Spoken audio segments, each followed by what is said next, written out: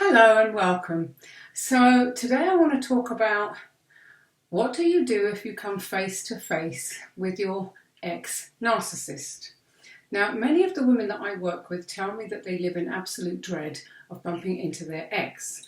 And when they have the misfortune for that to happen, it sends them into a complete tailspin and it derails them from any progress that they were making.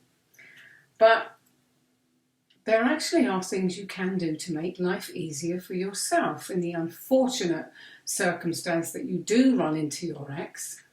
And I'm going to share 3 simple tips that will help you to be prepared for any unexpected run-ins. And these will really help if you sit down and do them and think about them, okay? So the first tip is to plan ahead. So you basically sit down and think about all the possible places that you might run into your ex, and you play the scene out in your mind. And when I say ex, that doesn't just mean your ex-partner. This applies to any narc that you've gone no contact with, okay? So think about where they might turn up, and think about even totally implausible places.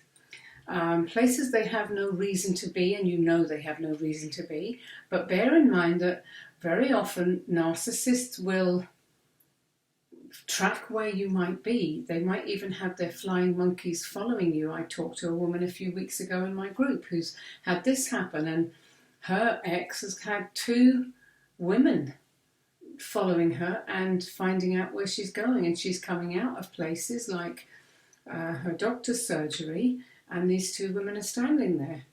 And she has to get the bus from straight across the road from the surgery, and these 2 women are standing there, which really, really upsets her, understandably.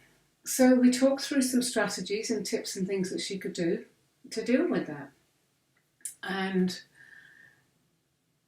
so it's really important to think about situations where you know you might run into them. Let's say there was a favourite restaurant that you often went to together, or anywhere that you went on dates together or spent time together, if they're likely to turn up there.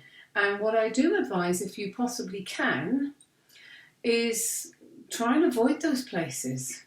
But I also know that there are situations where it's just not possible. And there's also the idea that, well, why should you have to avoid your favourite restaurant just because this X will be there? So there's lots of things to think about. So what I'm going to help you share with you today will help you to know what to do in the event that you actually do run into them. All these considerations aside, okay? So you're going to think about where you might run into them. You're going to play the scene in your mind of how that would actually look. And you're going to then imagine yourself carrying out these different actions that I'm going to share with you right now. So the other thing to do is imagine also that you run into your ex with his new partner, his shiny new supply. Picture that too, so that you'll be ready for it and it won't send you into a tailspin. In fact, expect to see him with someone more than not. And if you don't have an image of who that person is in your mind, you can just get a sense of him being with another person who you know is now his new partner, okay? So the first thing to do is to sit yourself down and write down all those places, okay? All those places that you might run into him and all the possible places, even implausible ones, okay? Now the next thing is to write it out as I call it, write out a few instant escape phrases that you can say in any given situation, and practice saying them so that they sound real and comfortable coming out of your mouth. Stand in front of a mirror and do this at home where you're comfortable, and just imagine he's there in front of you or she's there in front of you, and you just come out with these sentences, okay? We always say that forewarned is forearmed, and this is one of the best mental preparations that you can possibly do to cover yourself in the event that you do run into your ex, okay? The next thing is, when you're out and about, is to be alert and ready for action, okay? So when you're out and about, you kind of just get used to scanning your surroundings, but always be decisive and focused on where you're going.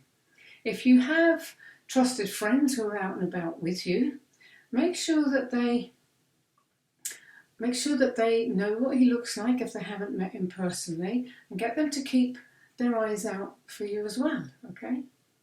Now, another thing you can do if you're out on your own is wear headphones. Even if you're not listening to anything, you can still have the headphones in, and to anyone who doesn't know, it will look like you're listening to music. So keep your eye out for them, and if you spot them and they don't spot you, very quickly pretend that you haven't seen them and keep averted from where they are. Keep looking in a different direction.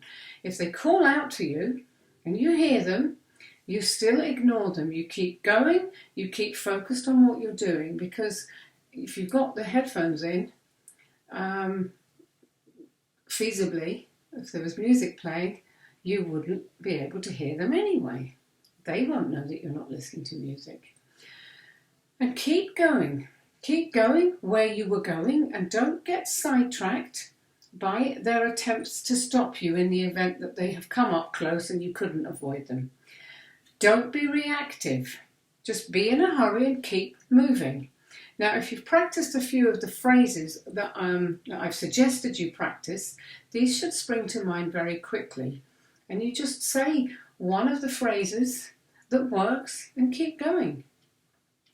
Now, another thing is, if they do come right up in front of you, you immediately just turn your body away from them. Just very, very quickly but subtly turn your body away from them. You're keeping your hips and your feet away from them. And this is body language that basically shuts them out. It's like closing the door on them. So you can do that very, very easy. And once you've done that, you then trot out your escape phrase, whatever it is, and off you jolly well go, okay? The most important thing as well here is to resist the urge to engage in conversation. Do not answer any direct questions, and don't think that you've got to be polite. And this is actually a mistake that this lovely woman I mentioned, who had the issue with these two women showing up outside her doctor's surgery. She just basically said, "Oh, well, I can't be rude, can I? What can I do?" And I'm like, hell, you can't be rude. You don't owe this person or their freaking flying monkeys anything. You owe them nothing. And you know who they are, and you know what their game is. You turn and walk away, okay? Whatever your business is on any given day is none of their business, okay? And it's really important that you remember that.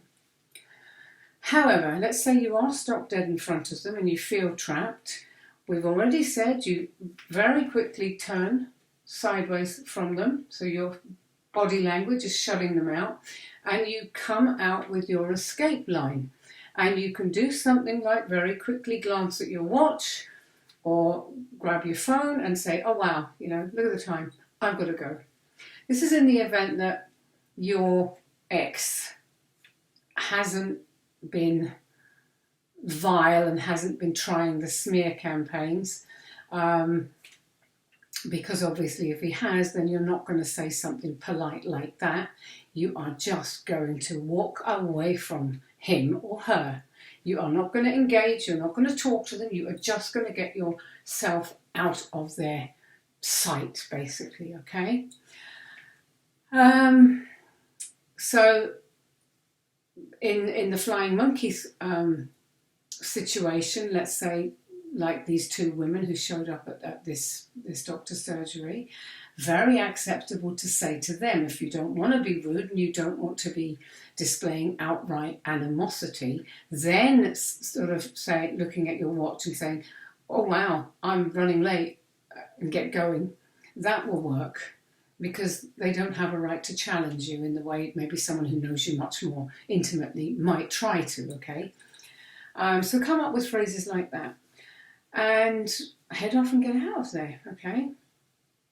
The main key with narcissists and with their flying monkeys is to be as unreactive to them as possible. Don't engage in conversation with them, any of them, and be the one who's in control. This is really important for you to remember, because your reaction is what the narcissist is craving. They can't wait for the flying monkeys to come back. Oh, she said this, and oh, she did that, and oh, she was ranting and raving, the blah-de-blah-de-blah. That's what they want. That's what they're waiting for. So you don't have to give them any of that. You just batten down the hatches, batten down the emotional hatches, turn and walk away, and don't give them anything, okay? And remember what I said, you don't owe them anything. They have no right to know anything that's going on in your life, or more importantly, in your heart or in your head. It's none of their freaking business. You've got to start thinking that, okay? And the other thing to remember is that they've already taken enough from you, and you've given them enough fuel. So now you want to make a vow to yourself that they're not going to take any more from you, and you are not going to give them any more fuel. So practice these tips in your mind and at home in front of the mirror, and go over them regularly so that you keep them fresh and you're comfortable with them. And you can even imagine when you're out and about, just pick random strangers and just don't go up and start talking to them. No, just pick a random stranger and think, oh, imagine if that was him now, or imagine if that was her now. And they're coming right towards me. And then run through it in your mind. So you're rehearsing what you will do. And this is actually mental training that's really, really more effective than you'd imagine. It's a little bit like the kind of mental training that athletes do before they go through a performance. Once they've gone through it in their mind again and again and again, they perform better, and this has been proven in countless studies. They actually perform better. So you're actually giving yourself mental training to help you cope with the reality when it comes up, okay? So that's all for this one today. I hope you've enjoyed listening, and I hope you find these tips helpful.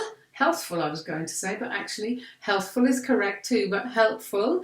Thank you for watching and for joining me. I appreciate it. And I will see you again soon. Bye for now.